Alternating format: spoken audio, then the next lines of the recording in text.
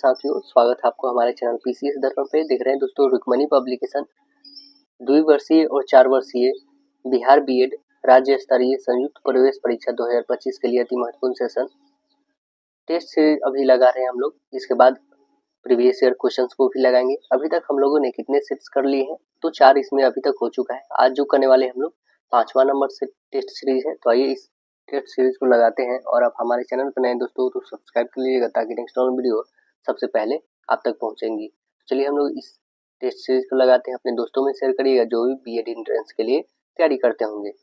Test series number 5 section number 1 general English comprehension का है। देखिए जनरल इंग्लिश कॉम्प्रिहेंशन में क्या क्वेश्चंस पूछे गए हैं। Section 1 general English comprehension. Direction दिया हुआ कि 1 से 5 तक हमें पढ़ना है। Read the passage carefully and answer the question given below. ठीक है, आइए हम लोग पैसेज को रीड करते हैं। क्या है पैसेज में? कह रहा है the achievement of science in the 20th century has been very great. मतलब कह रहा है 20वीं सदी में विज्ञान की उपलब्धियां बहुत बड़ी रही है। Its influence can be felt in every shapes of life. इसका प्रभाव जीवन के हर क्षेत्र में महसूस किया जा सकता है। From the small pins and needles to the huge iron sheets and joints, most of things we require for our everyday use come out of factories where scientific principles are utilized for principal ends।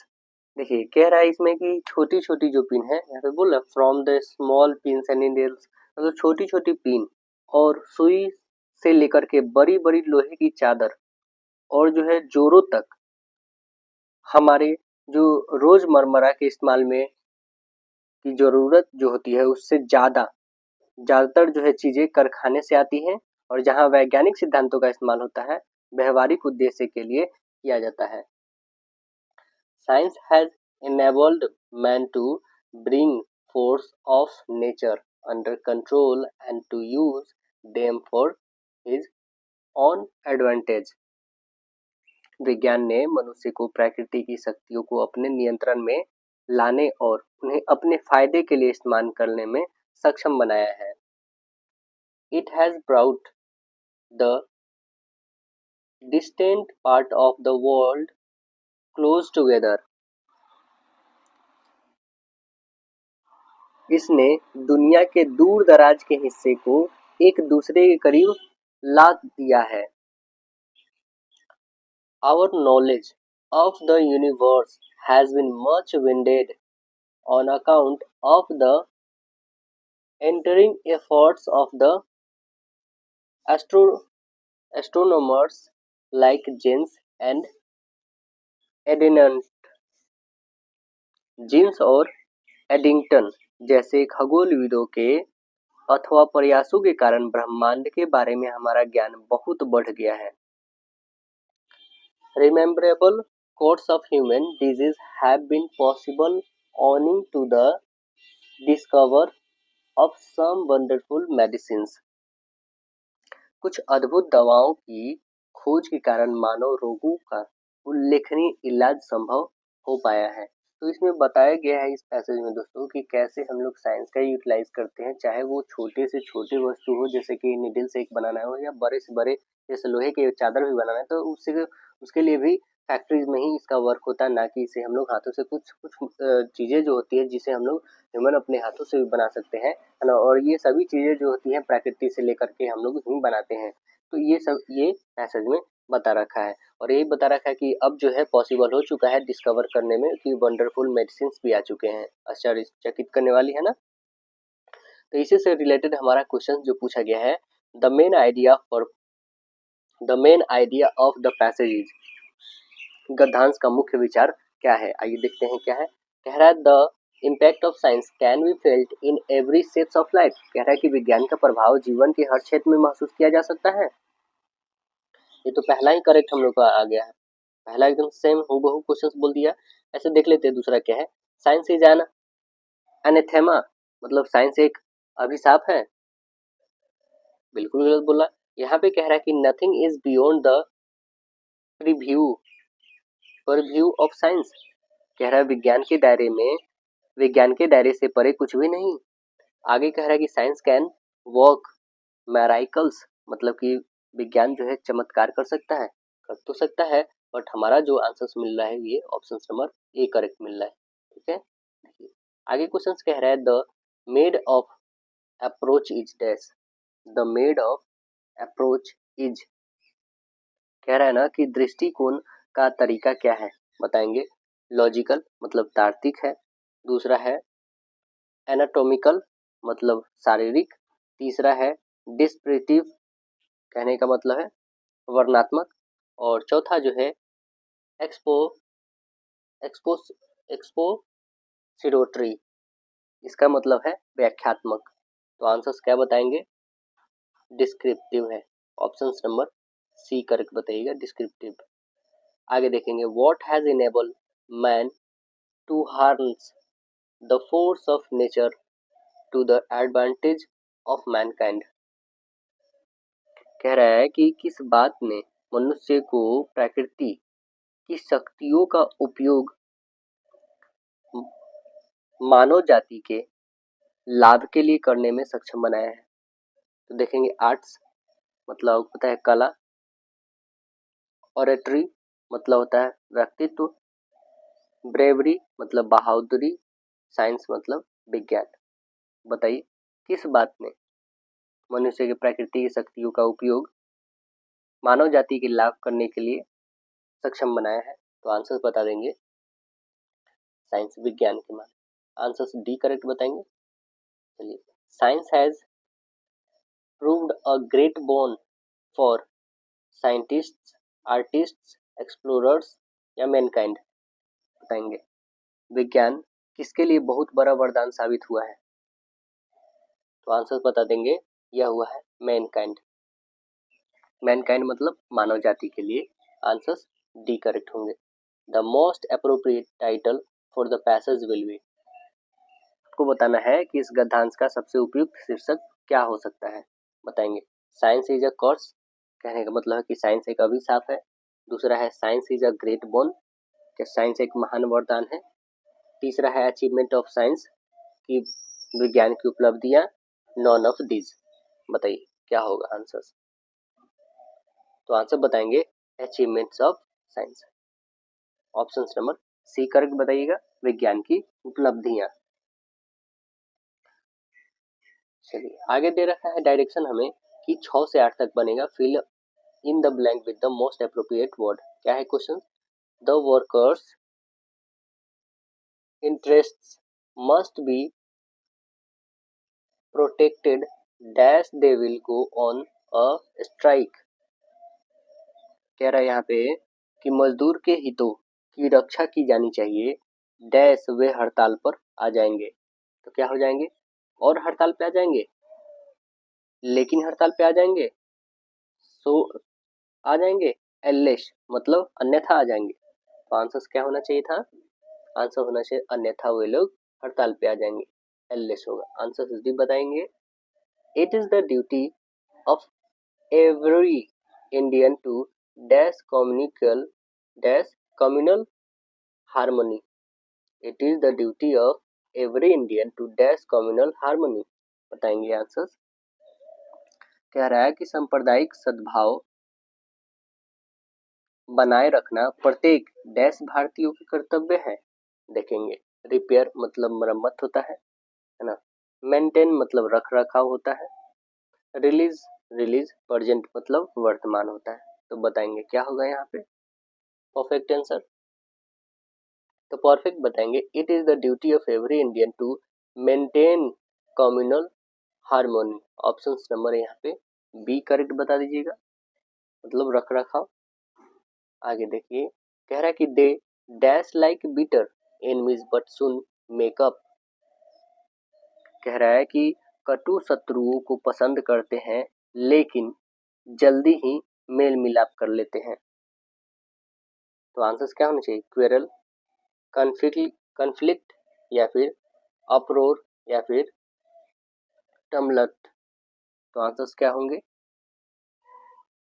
Answers बताइएगा यहाँ पे quarrel. Option number A बताएंगे। Right answer A होगा, मतलब झगड़ा।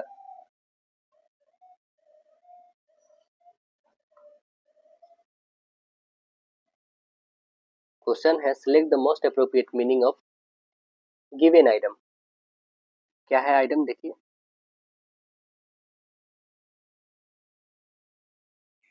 कम throat मतलब कंधी करो, है ना।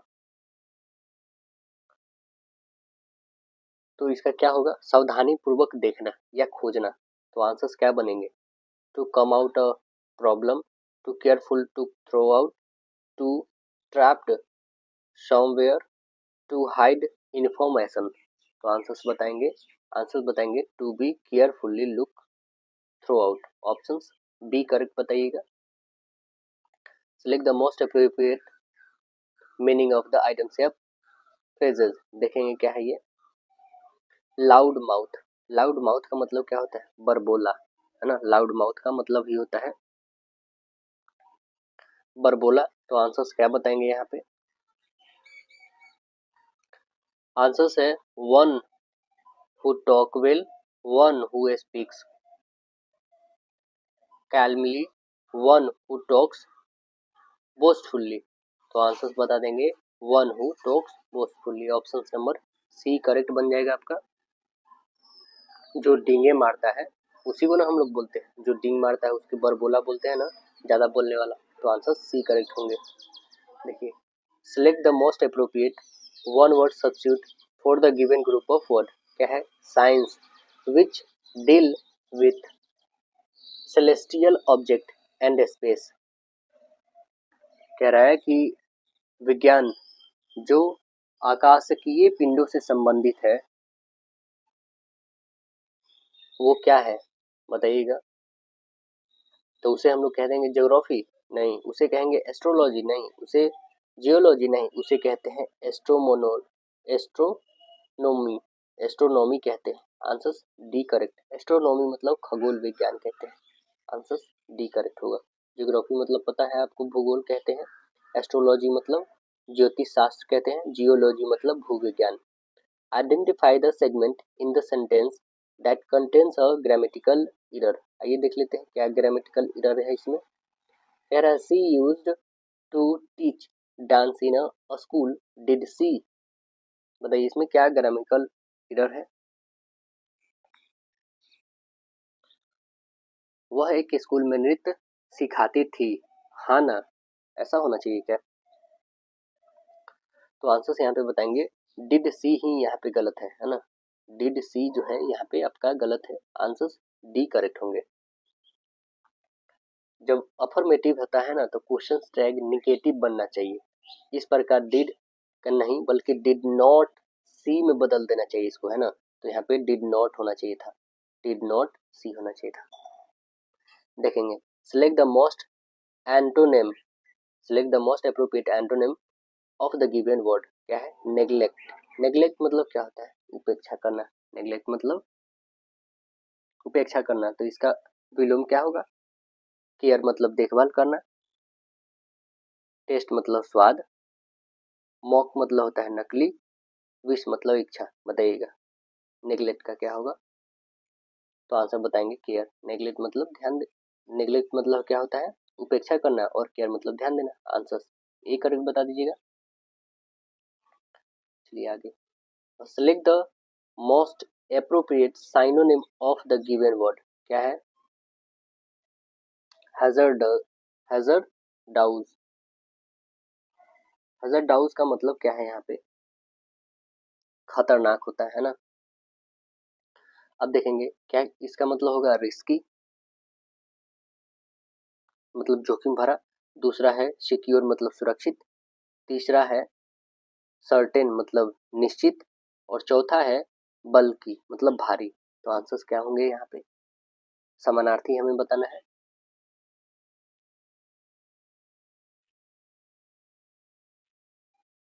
आंसर्स ए बताइएगा, रिस्की होगा।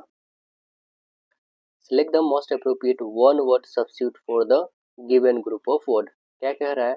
Compulsion to steal. Compulsion to steal. इसका मतलब क्या है? चोरी करने की मजबूरी को क्या कहेंगे बताएंगे? पायरोमेनिया या फिर निम्फोमेनिया या फिर मेगालोमेनिया या फिर क्लेप्टोमेनिया. क्या बोलेंगे उसे? तो आंसर बताएंगे क्लेप्टोमेनिया बोलेंगे.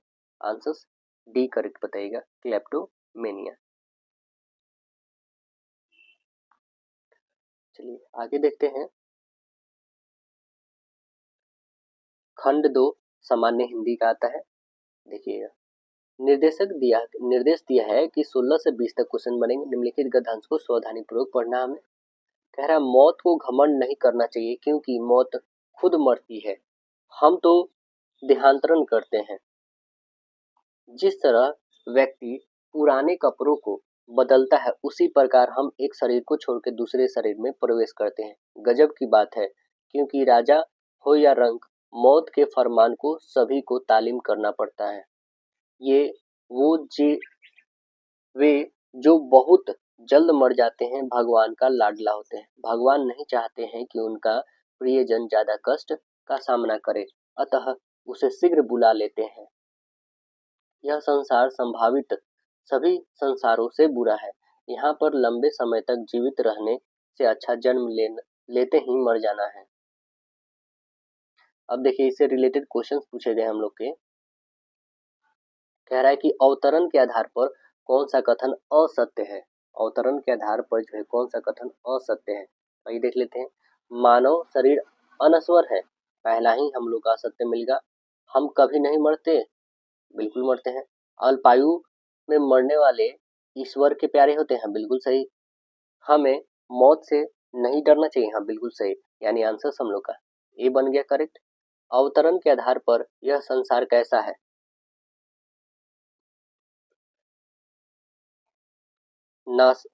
नासवान है, परिवर्तनशील है, चिरंजीवी है, सबसे बुरा. तो आंसर बताएंगे सबसे बुरा है. आगे कह रहा अवतरण में प्रयुक्त देहांतरण का पर्यायवाची क्या होगा? देहांतरण मतलब होता है एक देह से दूसरे देह में परिवर्तन होना. तो बताएंगे इसका मतलब परिवर्तन पर्यायवाची होगा या फिर पुनर्जन्म या फिर मौत या फिर पंच तत्वों में विलीन. तो आंसर क्या बताएंगे? आंसर बताएंगे मौत. आंसर डी करेक्ट होंगे. लोग मौत से क्यों डरते हैं? यमदूत के कारण, मोह के कारण, अज्ञानता के कारण, कष्ट के कारण. तो आंसर बताएंगे अज्ञानता के कारण, क्योंकि मृत्यु तो सबको एक दिन होना ही होना है ना. आगे देखेंगे निम्नलिखित में कौन कथन सत्य है? कौन सा कथन सत्य है?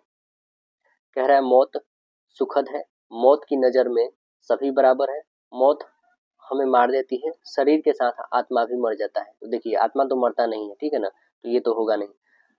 मौत हमें मार देती है ऐसा कुछ नहीं.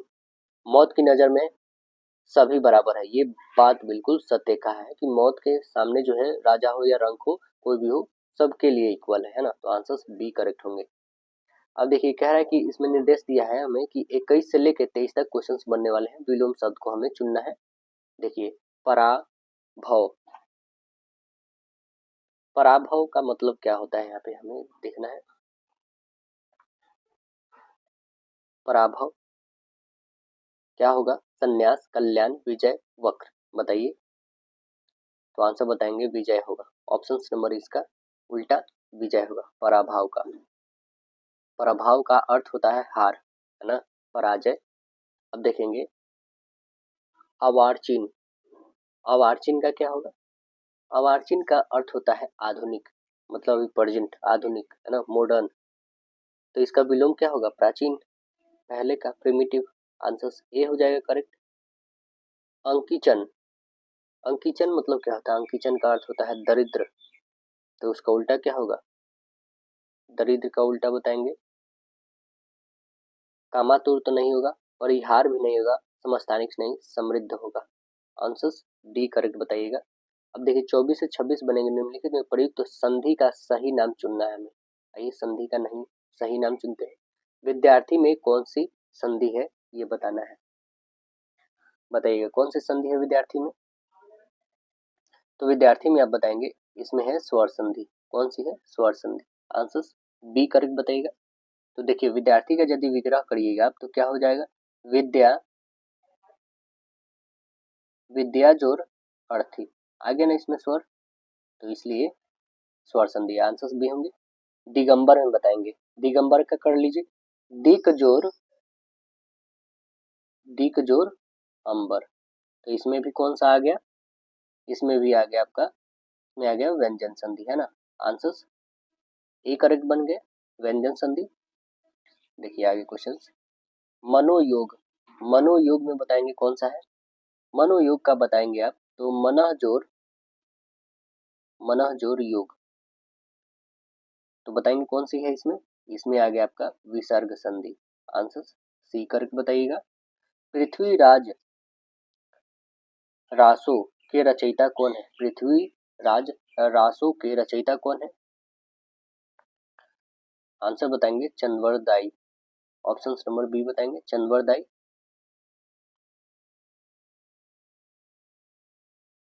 कह रहा है गीत गोविंद के रचयिता बताएंगे कौन है? गीत गोविंद के रचयिता कौन है? सूरदास नहीं, कबीरदास नहीं, तुलसीदास नहीं, जयदेव है। ऑप्शंस डी करेक्ट होंगे। यथास्थान में कौन सा समान है? यथास्थान में, यथास्थान में कौन सा समास होगा? कौन सा समास है बताएंगे? तत्पुरुष समास, कर्मधारय समास, अव्ययी भाव समास, बहुब्रीहि समास। तो आंसर बताएंगे इसमें है अव्ययी भाव समास। आंसर सी करेक्ट होंगे। जिस समास का पूर्व पद अव्यय हो अव्ययी भाव समास कहलाता है। यथास्थान मतलब स्थान के अनुसार। अब देखेंगे आगे क्वेश्चन कह रहा है तरनी तनुज तट तमार तरुवर बहुछाए उपयुक्त पंक्ति में कौन सा अलंकार है? हमें अलंकार बताना है। आप देख रहे हैं त त त त त इतनी बार रिपीटेड आया, मतलब कौन सा अलंकार है इसमें? तो आंसर बता देंगे, पहला ही है अनुप्रास अलंकार। एक या अनेक वर्णों के पास पास तथा क्रम अनुसार आवृत्ति होती है ना, तो उसी को हम लोग क्या कहते हैं? अनुप्रास अलंकार कहते हैं। चलिए आगे देखेंगे। खंड 3 तार्किक एवं विश्लेषणात्मक चिंतन है। आइए देखते हैं क्वेश्चंस।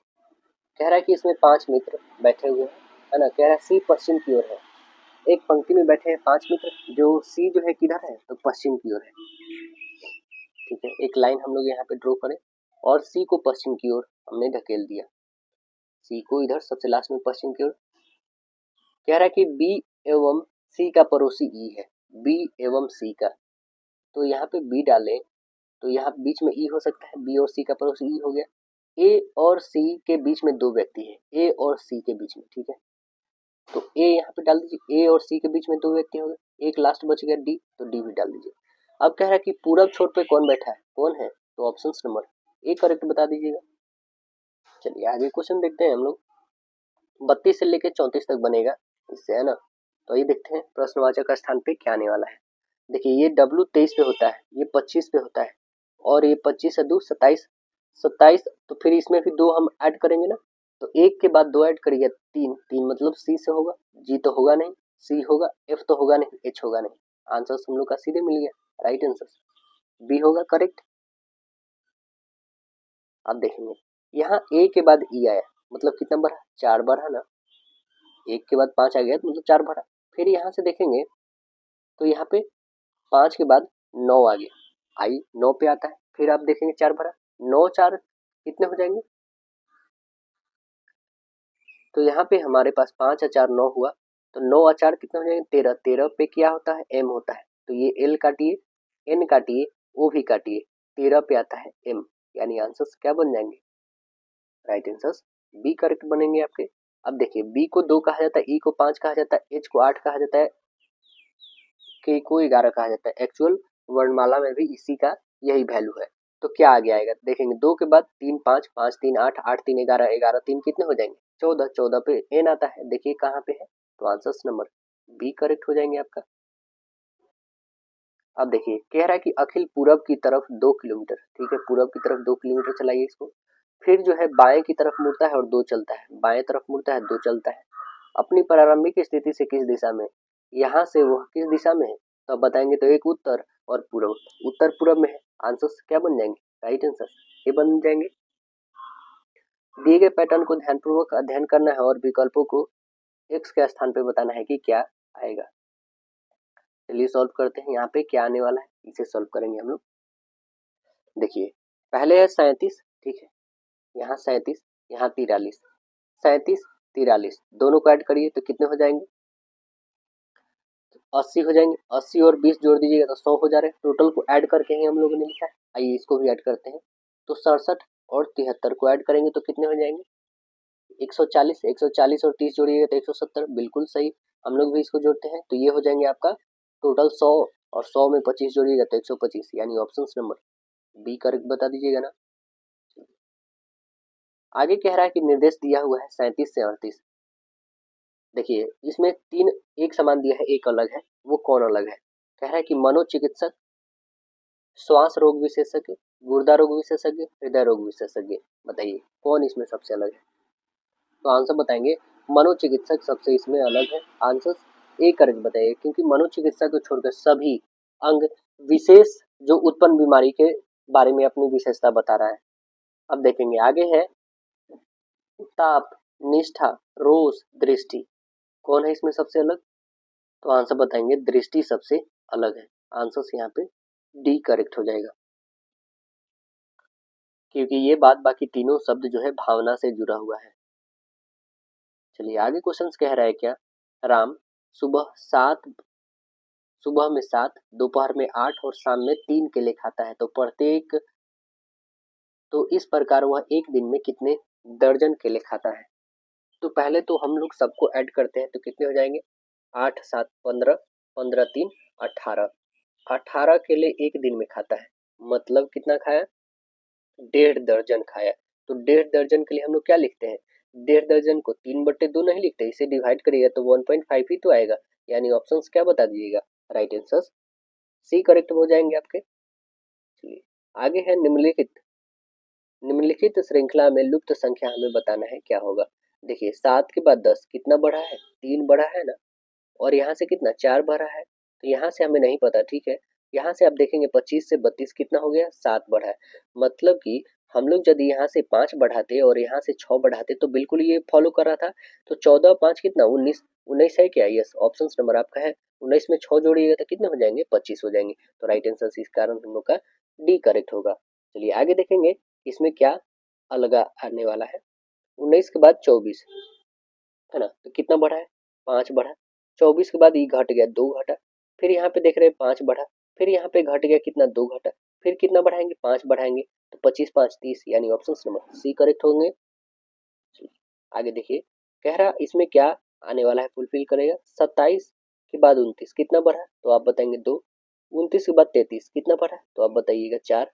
फिर यहाँ पे हमें नहीं पता कितना है, और फिर 57 दे रखा है। 2 के बाद 4 है, जैसे कि 2 का गुना 2 टाइम किए तो 4 आया, 4 का 2 गुना करेंगे तो 8, मतलब 8 यहाँ पे हम लोग रखते हैं, तो 8 3 11 मतलब कितना आ जाएगा, 41। और 8 का फिर 16 ऐड करेंगे, 41 में 16 ऐड करेंगे तभी तो 57 आ रहा है, तो इस कारण हम लोग का आंसर डी करेक्ट होगा।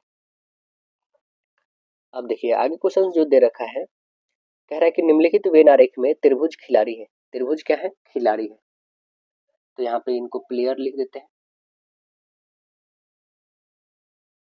ठीक।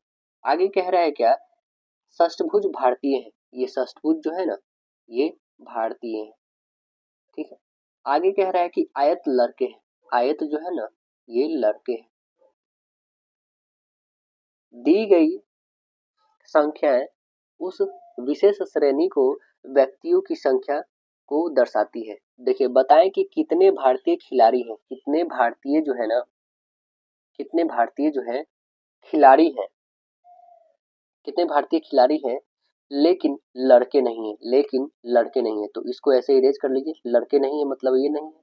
अब बताइए कितने भारतीय हैं जो कि खिलाड़ी है, तो 10 भारतीय जो है जो कि खिलाड़ी भी है ना, तो आंसर हम लोग का पहला ही बन जाएगा ना, राइट आंसर ए करेक्ट बता दीजिएगा। चलिए आगे क्वेश्चन देखेंगे।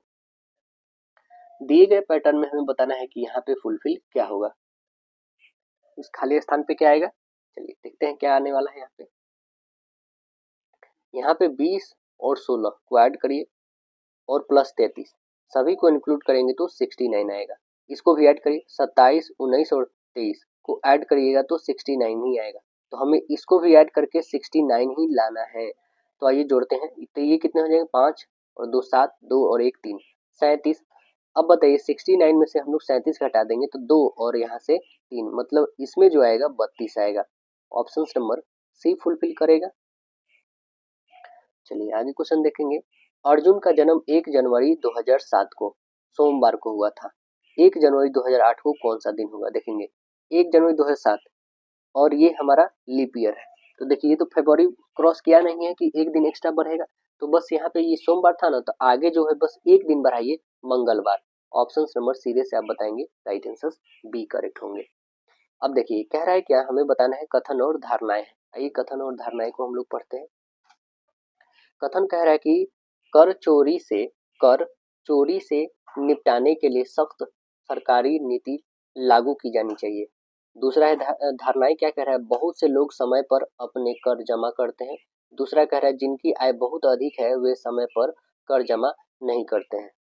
तो आंसर हो जाएगा कि ना तो धारण 1 और ना ही धारण 2 इसमें निहित है। आंसर हम लोग का ए फुलफिल करेगा।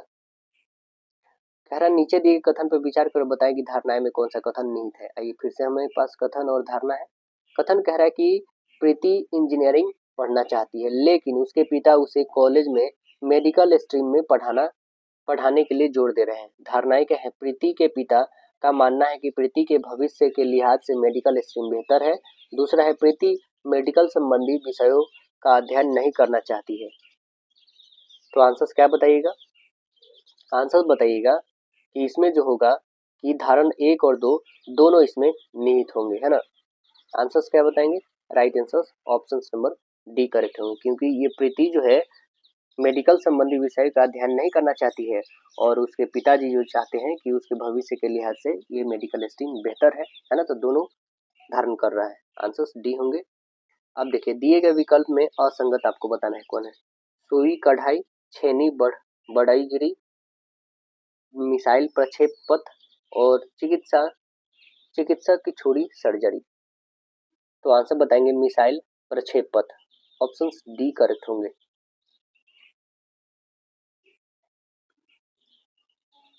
आगे देखिएगा, एक प्रश्न और उसके बाद 2 तर्क दिए गए हैं, बताएं कि इनमें कौन सा प्रश्न में पुष्टि करता है।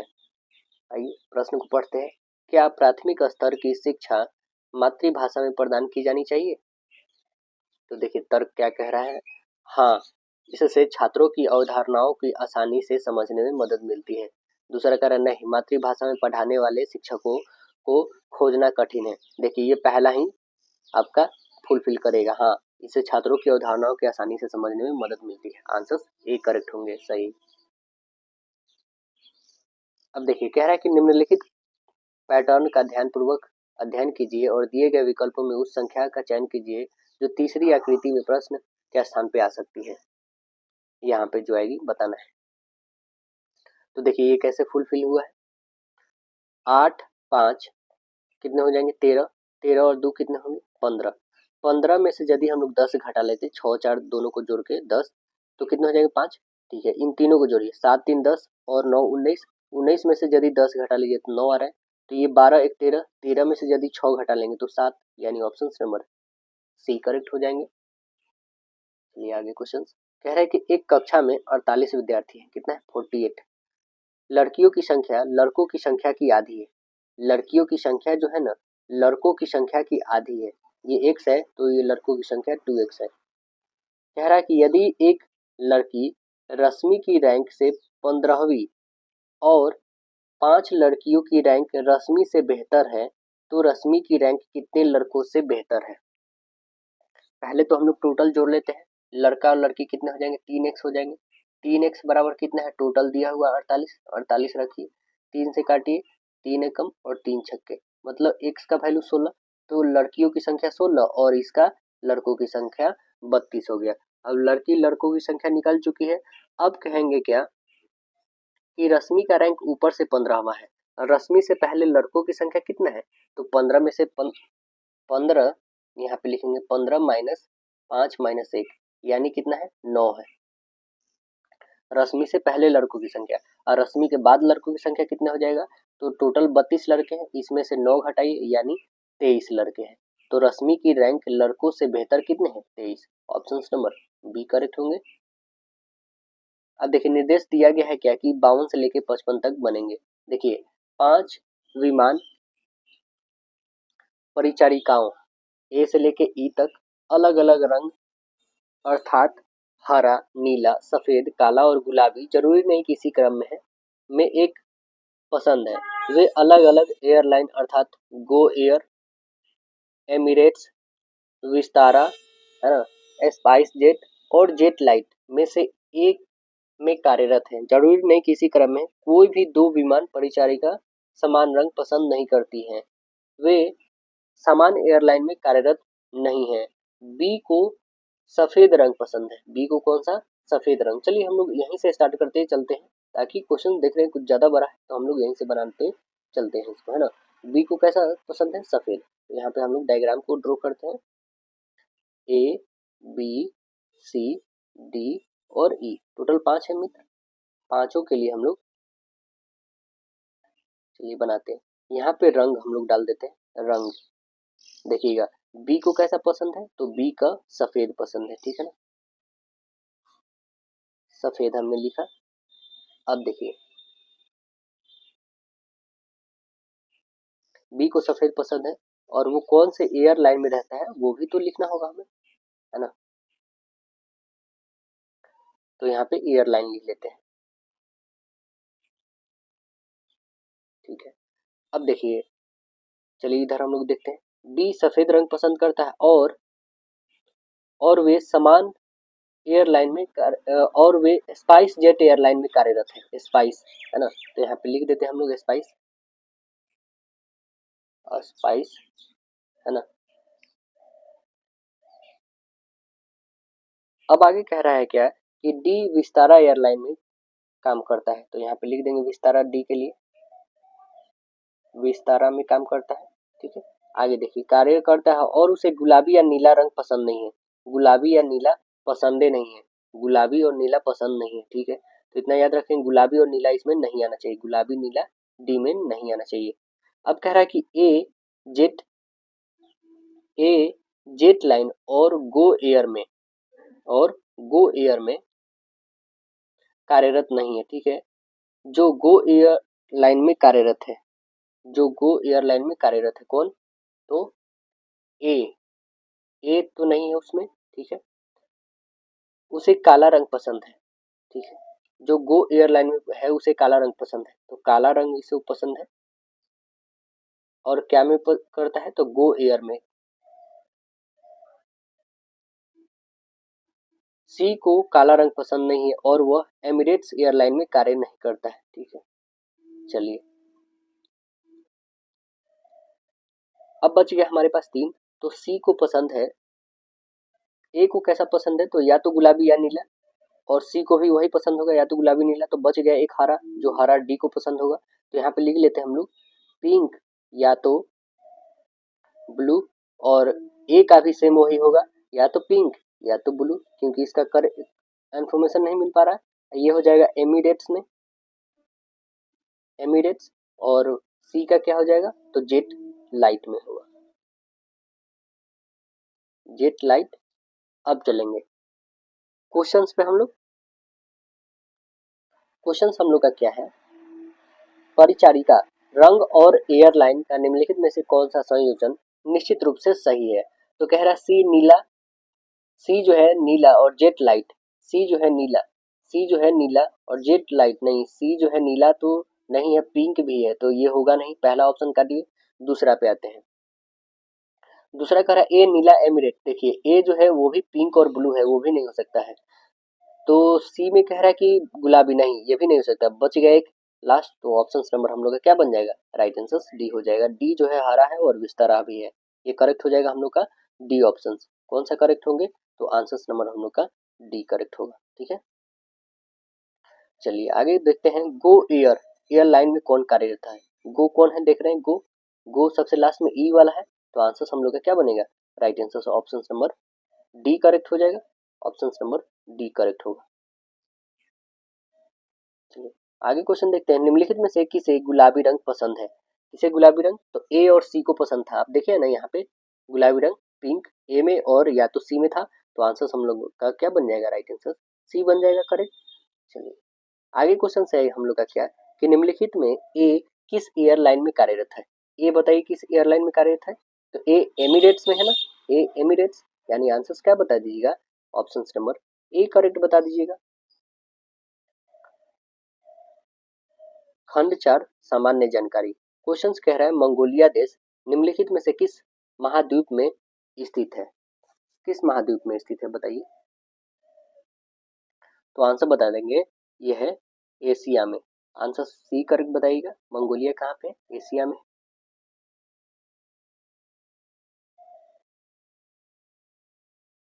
मंगोलिया की राजधानी बताएंगे कहाँ पे है, तो मंगोलिया की राजधानी आपको बता दें दोस्तों, उलान बटोर है, कहाँ पे है, उलान बटोर है। इसकी मुद्रा क्या है, इसकी मुद्रा जो है आप याद रखेंगे तुगरिक मुद्रा है, तुगरिक है। गोबी मरुस्थल मंगोलिया और चीन में स्थित है, गोबी मरुस्थल एशिया का सबसे बड़ा मरुस्थल है। मंगोलिया जो है लैंडलॉक एक देश है। अब देखेंगे श्याम प्रसाद मुखर्जी बंदरगाह निम्नलिखित में से किस स्थान पर स्थित है, बताएंगे कौन से स्थान पे है, कोलकाता में है, चेन्नई में है, मुंबई में है, कांडला में है, बताइए। तो श्यामा प्रसाद मुखर्जी बंदरगाह जो है आपको बता दें कोलकाता में है, आंसर ए करेक्ट बताइएगा। आगे क्वेश्चन देखेंगे, कह रहा है कि सीमा डैश सीमा विश्व की 5वीं सबसे बड़ी सीमा है, तो आंसर बताएंगे भारत और बांग्लादेश का, आंसर बी करेक्ट बताइएगा। और वो कितना है, 4096 किलोमीटर है ना, कितना है, 4096 किलोमीटर लंबा है। विश्व की सबसे लंबी सीमा वाला देश जो है कौन सा है, कनाडा, अमेरिका और कनाडा के बीच में।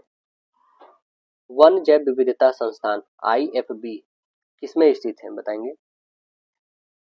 तो आंसर बताएंगे वन जैव विविधता संस्थान जो है तेलंगाना में है, आंसर सी करेक्ट बताइएगा।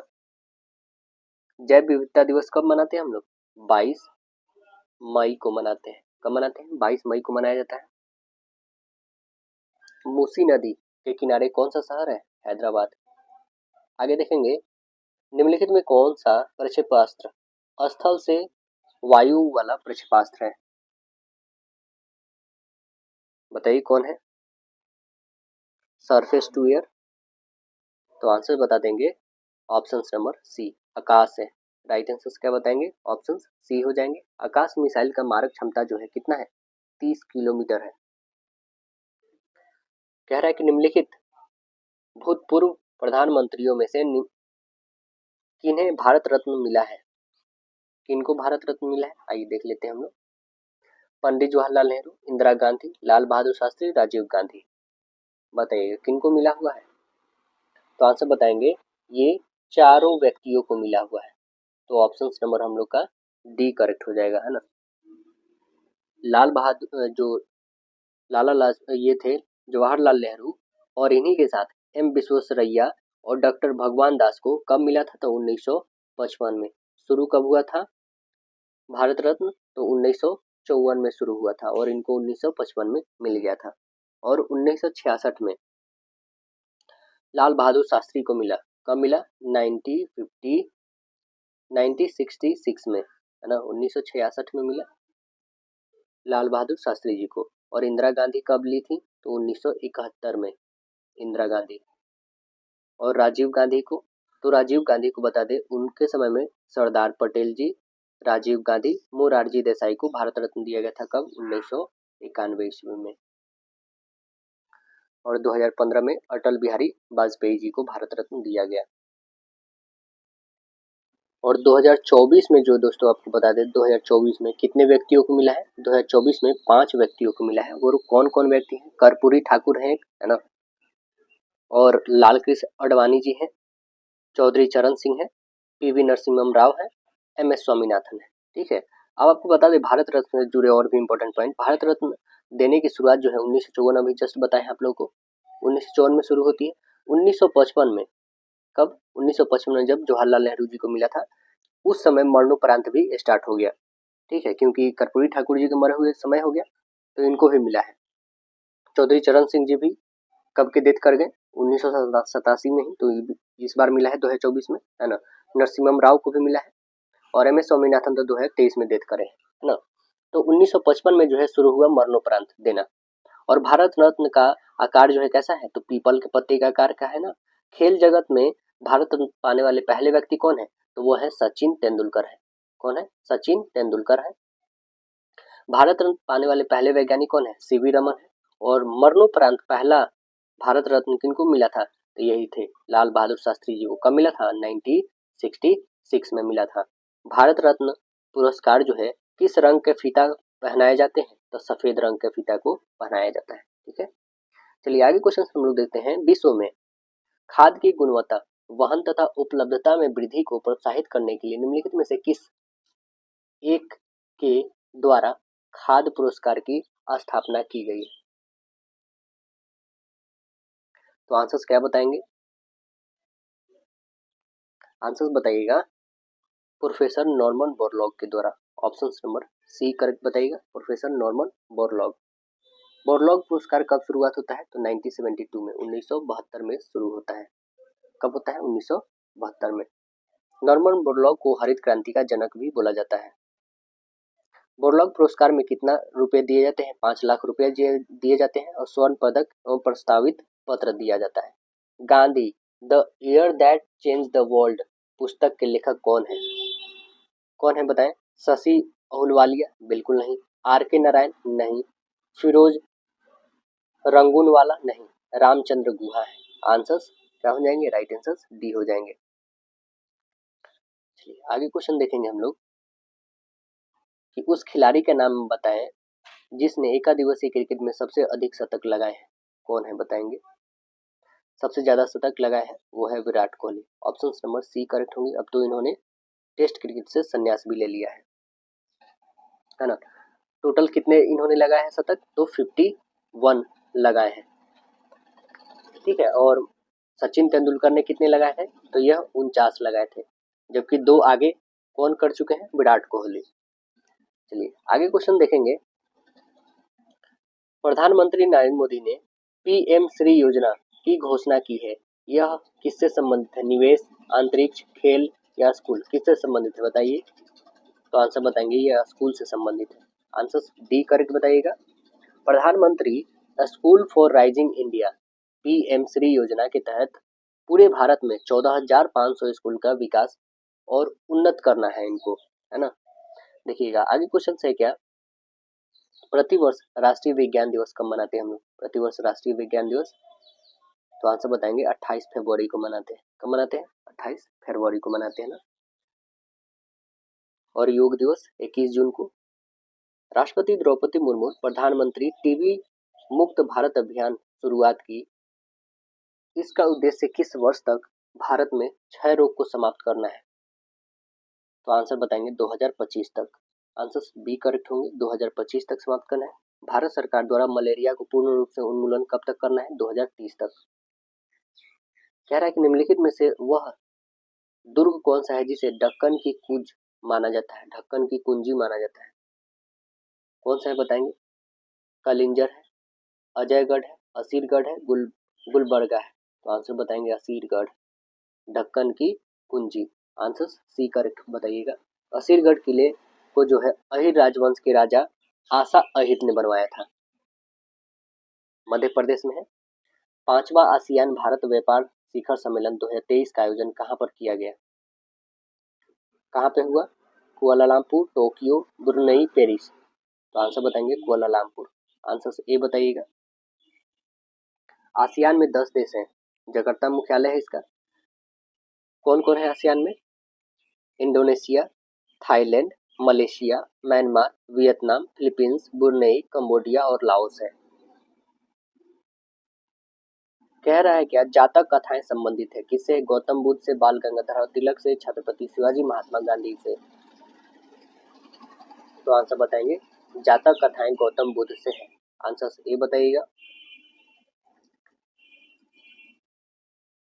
कह रहे हैं कि दारा सिकोह ने फारसी भाषा में उपनिषद को किस शीर्षक से अनुवाद किया था?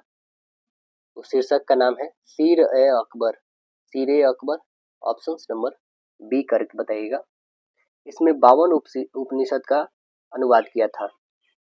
दारा को उसकी सहिष्णुता और उदारता के लिए लेन पुल ने लघु अकबर की संज्ञा दिया था इसको।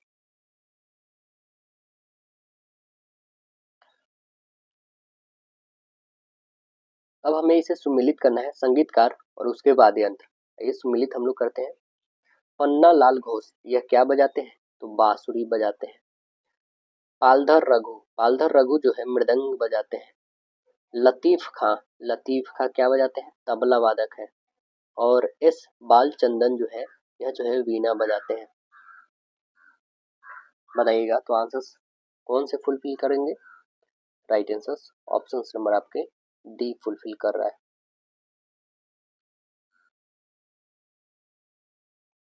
कह रहा है कि विश्व धरोहर स्थल के संबंध में विषम का हमें पता लगाना है। कौन अलग है इसमें? राष्ट्रपति भवन, ताजमहल, सूर्य मंदिर, छत्रपति शिवाजी टर्मिनल। तो इसमें सबसे अलग है राष्ट्रपति भवन। आंसर ए बताइएगा। राष्ट्रपति भवन का डिजाइन एडविन लुटियंस ने तैयार किया था। राष्ट्रपति भवन दिल्ली के रायसीना हिल्स पर स्थित है। कह रहा है कि वायुमंडल की किस परत में उल्का पिंडों के जलने की घटना हो सकती है? समतापमंडल, तापमंडल, मध्यमंडल, बहिर्मंडल। तो आंसर बताएंगे मध्यमंडल। जो कहाँ से कहाँ तक होती है? तो 50 से 80 किलोमीटर तक पाई जाती है मध्यमंडल। मध्यमंडल की ऊपरी सीमा को हम लोग क्या कहते हैं? मेसोपाज कहते हैं। यह तापमान में गिरावट होती है यहाँ पर, मेसोपाज।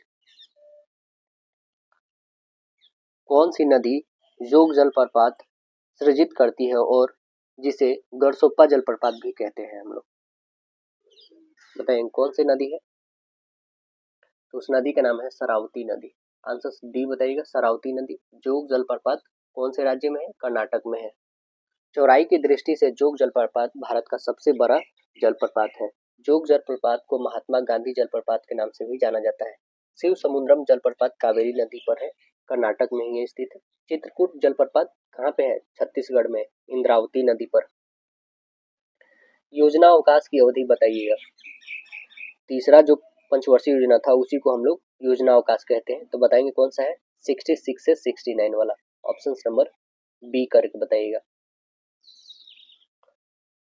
आंसर्स क्या हो जाएंगे? राइट आंसर्स बी करेक्ट होंगे। देखिए आगे क्वेश्चन क्या है। कह रहा है कि पंचायतों से संबंधित भारत के संविधान की 11वीं अनुसूची में कितने विषय हैं? 11वीं अनुसूची में कितने विषय हैं? तो आंसर बताएंगे टोटल 29 है। राइट आंसर डी बताएंगे 29 है। 11वीं अनुसूची संविधान में 73वें संविधान संशोधन अधिनियम 1992 1992 में जोड़ा गया 29 विषय की चर्चा किया गया है। 74वां संविधान संशोधन जो हुआ वो भी 1992 में हुआ। ये क्या चीज से संबंधित है? 74वां संविधान संशोधन नगर पालिका से है। नगर पालिका में कितने विषय है? तो 18 है। क्वेश्चन है, वुड के आदेश पत्र का संबंध निम्नलिखित में से किस सुधार से था? वुड का आदेश संबंध बोर्ड ऑफ कंट्रोल के प्रधान चार्ल्स वुड 19 जुलाई 1854 को भारतीय शिक्षा पर एक व्यापार योजना प्रस्तुत की जिसे वुड डिस्पैच कहा जाता है। तो आंसर्स क्या बताएंगे? ऑप्शन नंबर आपका सी होगा, शिक्षा, है ना। चलिए आगे क्वेश्चन देखेंगे। निम्नलिखित में से कौन सा उन 3 नदियों में से एक नहीं है जिनका पारस्परिक प्रभाव उत्तर भारतीय मैदान के निर्माण के लिए उत्तरदायी है? तो आंसर्स क्या बताएंगे? वो है गोदावरी। आंसर्स डी बताइएगा। दक्षिण भारत की सबसे लंबी नदी। निम्नलिखित में से किस केंद्र शासित प्रदेश में विधानसभा है? बताएंगे तो आंसर पहला हो जाएगा हम लोग का दिल्ली में है ना। दिल्ली विधानसभा में सदस्यों की संख्या 70 है। पुदुचेरी विधानसभा में कितने हैं? 30 है। भारत का सबसे छोटा विधानसभा है। हीनयान और महायान किस धर्म के पंथ थे? हीनयान और महायान बताएंगे, तो आंसर बताएंगे हीनयान और महायान बौद्ध धर्म के थे। आंसर ए करेक्ट बताइएगा। बौद्ध धर्म में 18 संप्रदाय में मुख्यतः हीनयान और महायान संप्रदाय है। द्वितीय बौद्ध संगीति में बौद्ध धर्म में 2 गुट बने थे, अस्थावीर और महासंदिक। अस्थावीर जो है बुद्ध के मूल उपदेशों में कोई बदलाव नहीं चाहता था, जबकि महासंदिक बुद्ध के उपदेशों में परिवर्तन करना चाहते थे। तृतीय बौद्ध संगीति अस्थावीर की जीत हुई है। पहला कहाँ पे हुआ था? तो पहला राजगीर, दूसरा कहाँ पे?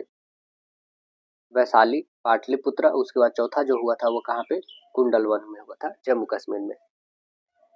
ध्वनि तरंगे किस प्रकार की तरंगे होती है? ध्वनि तरंगे किस प्रकार की होती है? तो आंसर बता देंगे अनुप्रस्थ यांत्रिक तरंग, अनुदैर्घ्य यांत्रिक तरंग, अनुप्रस्थ तथा अनुदैर्घ्य दोनों या इनमें कोई नहीं। तो ध्वनि तरंगे याद रखेंगे दोस्त, यह अनुदैर्घ्य यांत्रिक तरंगे होती है। ऑप्शन नंबर बी करेक्ट याद रखिएगा। श्लेष्मा झिल्ली की सूजन को डैश कहा जाता है? श्लेष्मा झिल्ली की सूजन को क्या कहते हैं? उसे कहते हैं ब्रोंकाइटिस। आंसर ए बताएंगे ब्रोंकाइटिस। क्षय रोग किसके कारण होता है? क्षय रोग किसके कारण होता है? क्षय रोग जीवाणु के कारण होता है। आंसर सी बताइएगा, जीवाणु के कारण होता है। उत्पादन की दृष्टि से भारत की प्रमुख खाद्य फसल क्या है? आंसर बताएंगे चावल है। आंसर सी बताइएगा चावल है। 1919 के अधिनियम की प्रस्तावना में निम्नलिखित में निम्न बातें थी, कौन सी बातें थी? प्रशासन में भारतीयों के संपर्क बढ़ाया जाए, स्वशासन की संस्थाओं का विकास किया जाए, यानी आंसर 1 और 2 दोनों होंगे। आंसर सी करेक्ट होंगे। आगे कह रहा है 17वासान करना राष्ट्रपति की किस शक्ति से संबंधित है? न्यायिक शक्ति नहीं, कार्यपालिका नहीं, विवेकाधीन नहीं, विधायिक शक्ति। आंसर सी बताइएगा। और ये कौन से अनुच्छेद में है? तो अनुच्छेद 85 में है कि ये 17वासान कर सकते हैं राष्ट्रपति। 85 निम्नलिखित में से कौन सा अभिलेख न्यायालय है? कौन सा अभिलेख न्यायालय है? सर्वोच्च न्यायालय, उच्च न्यायालय, अधीनस्थ न्यायालय। तो आंसर बताएंगे सर्वोच्च न्यायालय है और उच्च न्यायालय। सर्वोच्च न्यायालय एक अभिलेख न्यायालय होगा। यह कौन से अनुच्छेद में बताया गया है बताएंगे? तो आंसर बताइएगा 129 में बताया गया है कि यह एक अभिलेख न्यायालय होगा। और उच्च न्यायालय भी एक अभिलेख न्यायालय होगा। ये कौन से अनुच्छेद में है? तो यह है 215 में है। किस में है? 215 में है। और सर्वोच्च न्यायालय में एक रीट जारी किया जाएगा किस आर्टिकल के तहत? आर्टिकल 32। और उच्च न्यायालय में रीट जारी किया जाएगा 266 के तहत, 226 के तहत, 266 नहीं 226 के तहत। देखिए भारत और चीन के बीच भारत चीन युद्ध कब हुआ था? बताइए कब हुआ था? तो बताएंगे अक्टूबर 1962। आंसर डी करेक्ट बताइएगा।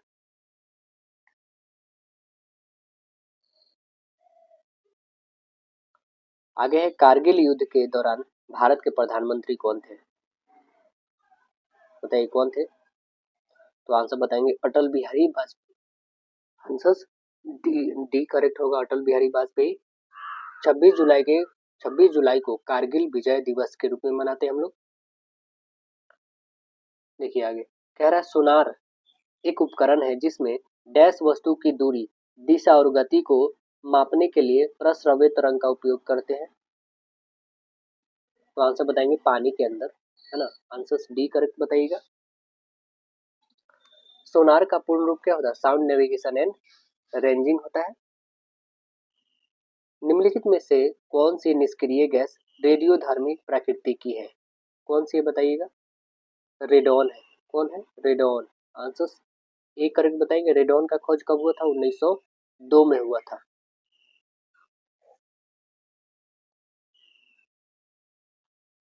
यदि एक अनुवांशिक रोग लक्षण प्रारूपी सामान्य किंतु वाहक मादा से कुछ नर संततियों से हस्तांतरित होता है रोग है, वो कौन सा रोग है बताएंगे? लिंग संलग्न अप्रभावी है। आंसर डी करेक्ट बताएंगे, लिंग संलग्न अप्रभावी। दमा मानव शरीर के डैश का विकार है। दमा जो है मानव शरीर का डैश का विकार है बताएंगे? तो आंसर बता दीजिएगा, ये आपका श्वसन तंत्र का। ऑप्शन बी करेक्ट बता दीजिएगा। आगे है, निम्नलिखित में से कौन सा प्रकाश के अपवर्तन का उदाहरण नहीं है? कौन नहीं है बताइएगा? तो आंसर बताएंगे, इंद्रधनुष का निर्माण, तारे के टिमटिमाना, मानव आंख द्वारा छवि का निर्माण, अस्त होते हुए सूर्य का लाल रंग होना। आंसर्स क्या बनेंगे? राइट आंसर डी करेक्ट बताइएगा।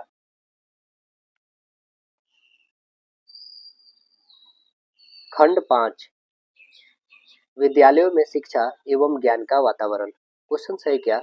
समस्या समाधान के संदर्भ में शिक्षक की निम्नलिखित में से कौन सी भूमिका है? कौन सी भूमिका है? आइए देखते हैं।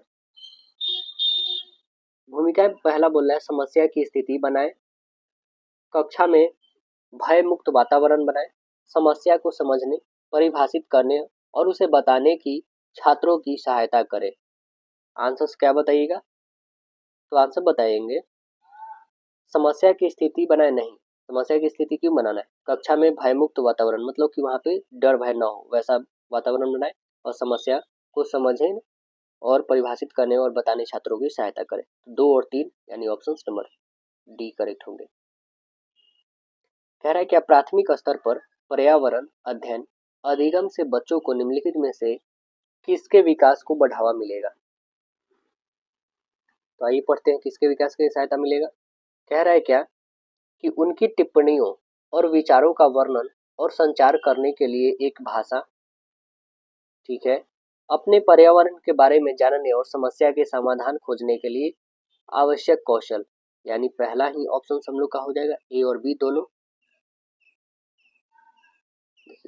आगे कह रहा है कि निम्नलिखित में से किसने स्कूल उद्यानों को बढ़ावा दिया है? स्कूल उद्यानों को बढ़ावा कौन दिया है? मेटेसरी, डेवी, रूशो, बताइए कौन दिए हैं? तो आंसर बताएंगे, मेटेसरी, डेवी और रूसो, ये तीनों दिए हैं। ऑप्शन डी करेक्ट बताइएगा। 2005 में किशोरावस्था शिक्षा कार्यक्रम AEP डैश द्वारा शुरू किया गया था।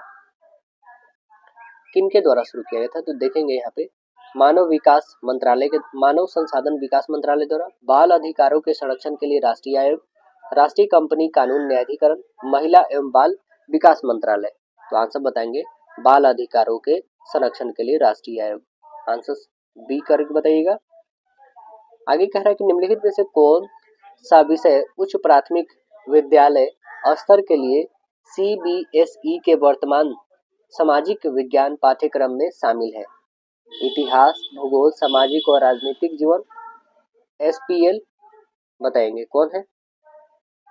तो आंसर बताइएगा 1, 2, 3, ये तीनों शामिल है। आंसर बी करेक्ट होंगे। देखिए, सर्व शिक्षा अभियान किस वर्ष शुरू किया गया था? 2002, 2001, 2003, 2000। तो आंसर बताएंगे 2001 में। ऑप्शन नंबर बी करेक्ट बताइएगा। आगे क्वेश्चन है, डैश शारीरिक शिक्षा कार्यक्रम का वह परिणाम है जिसका उद्देश्य स्मृति, निर्णय लेने और तर्क शक्ति का विकास करना है। सामाजिक रूप से कुशल, भावनात्मक रूप से संतुलित, शारीरिक रूप से फिट, मानसिक रूप से मजबूत। तो आंसर बताएंगे मानसिक रूप से मजबूत। आंसर डी करेक्ट होंगे। विद्यार्थियों में सहयोग की भावना का विकास किया जा सकता है। सहयोग की भावना का उदाहरण दे करके, सहयोग पर फिल्म दिखा करके, रचनात्मक कार्य करा करके, ऐसा काम देकर जिसमें सब मिलकर एक साथ काम करे। तो आंसर बताएंगे, ऐसा काम देखकर जिसमें सब मिलकर एक साथ काम करें। आंसर डी करेक्ट होंगे आपके। डैश में भ्रम पैदा करने की शक्ति है? हृदय, फेफड़ा, गुर्दा, दिमाग। तो आंसर बताएंगे दिमाग। आंसर डी होंगे। डैश प्रश्न की एक सूची है जिसे छात्रों या शिक्षकों द्वारा पूरा किया जाता है। प्रश्नावली, भाषण, इतिहास, संचयी रिकॉर्ड। तो आंसर बताएंगे प्रश्नावली।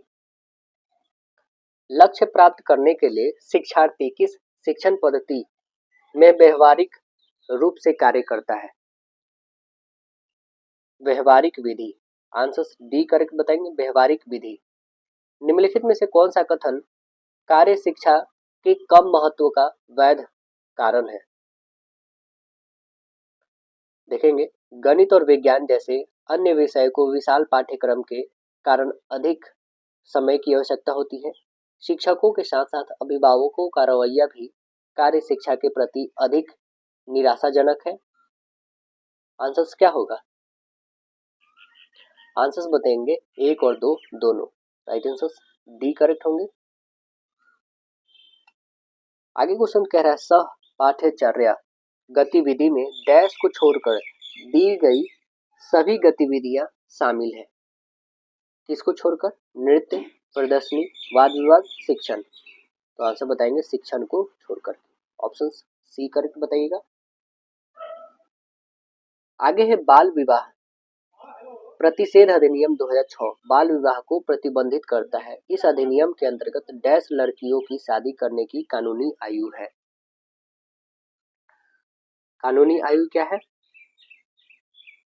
तो आंसर बताएंगे वो है 18 वर्ष। आंसर बी करेक्ट बताएंगे, 18 वर्ष है। आगे क्वेश्चन है एक कार्य के दौरान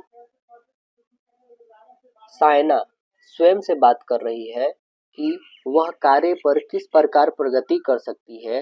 लेव वाइकोस्की के भाषा और चिंतन सोच के बारे में दिए गए विचार के अनुसार इस तरह का व्यक्तिगत वाक्य क्या दर्शाता है, क्या दिखाता है? तो संज्ञात्मक अपरिव्यक्ता, स्वर नियमन, आत्म केंद्रिता या मनोवैज्ञानिक विकार। तो आंसर्स बता देंगे यह स्व नियमन दिखाता है। ऑप्शन बी बताइएगा।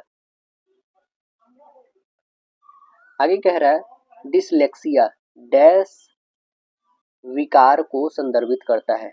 पठन, लेखन, निद्रा, चलने के। बताइए आंसर्स। आंसर बताएंगे पठन। राइट आंसर ए बताइएगा पठन। TLM का फुल फॉर्म बताएंगे। TLM का फुल फॉर्म। तो आंसर बताएंगे TLM का होगा total learning matter, total listing material, teaching learning material, teaching learning module. तो आंसर बताएंगे teaching learning material. Answer C correct बताइएगा। वाद विवाद और चर्चा किस प्रकार की पाठ्य चर्चा गतिविधि के उदाहरण है? साहित्यक के। आंसर सी बताएंगे साहित्यक। कक्षा में छात्रों की सीटें बदलने से क्या लाभ है? कक्षा में छात्रों की सीटें बदलने से क्या लाभ है? बच्चों को स्वतंत्र और अधिक आत्मविश्वासी बनाते हैं। दूसरा कह रहा है नए आने वाले छात्रों का स्वागत होता है और विद्यालय और कक्षा की गतिविधियों में शामिल किया जाता है। बच्चा कक्षा में हीन भावना महसूस नहीं करता है। यह सामाजिक अंतःक्रिया और संवेगात्मक बंधन को बढ़ावा देता है।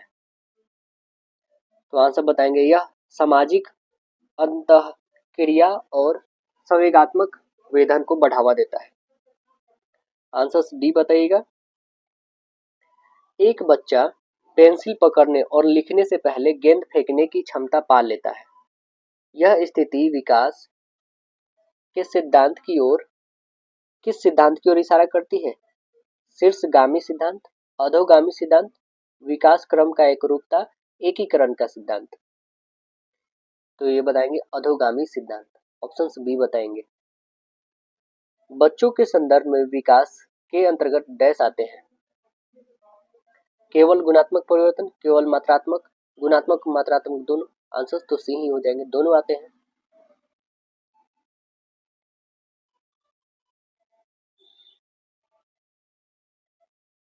आगे क्वेश्चन पूछा गया हम लोग से कि बच्चों का विकास इनमें से किसका परिणाम है? केवल आनुवंशिकता, केवल वातावरण, विद्यालय और शिक्षा, आनुवंशिकता और वातावरण के बीच परस्पर अंतःक्रिया का। तो आंसर बताइए, राइट आंसर डी बताइएगा ना, आनुवंशिकता और वातावरण के बीच परस्पर अंतःक्रिया का।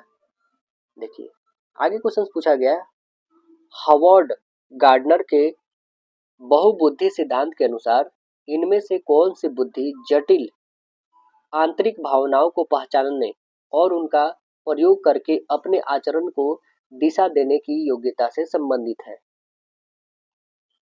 आंसर बताइएगा, अंतर व्यक्तित्व बुद्धि, दूसरा है अंतः व्यक्तित्व बुद्धि, तीसरा है भाषात्मक बुद्धि, चौथा है प्राकृतिक बुद्धि। तो आंसर बताएंगे अंतः व्यक्तित्व बुद्धि, ऑप्शन बी करेक्ट बताइएगा। निम्नलिखित में से कौन सी शिक्षण और सीखने की प्रक्रिया के लिए उपयोग की जाने वाली एक प्रकार की निर्देशात्मक विधि है? देखिएगा, पहला कह रहा है कि प्रदर्शन विधि, दूसरा कह रहा है अज्ञात्मक और निगात्मक विधि। आंसर्स क्या बताएंगे? आंसर्स बताइएगा एक और दो दोनों, राइट आंसर सी करेक्ट बताइएगा। देखिए, छात्रों को पाठ्य पुस्तकों तक सीमित रखे बिना सिखाने के लिए प्रोत्साहित करने के लिए निम्नलिखित में से किसे शामिल किया जा सकता है? पहला है समाचार पत्र और पत्रिकाएं उपलब्ध कराना, दूसरा है स्थानीय बाजार और कार्यस्थलों का दौरा करना, तीसरा है टेलीविजन और रेडियो जैसे इलेक्ट्रिक मीडिया का उपयोग करना। क्या आंसर्स होगा बताएंगे? तो आंसर बताएंगे एक, दो और तीन, तीनों। आंसर्स डी करेक्ट बताइएगा। तो आशा है दोस्तों वीडियो पसंद आया होगा, फिर मिलते हैं नेक्स्ट सेशन में, जब तक के लिए धन्यवाद।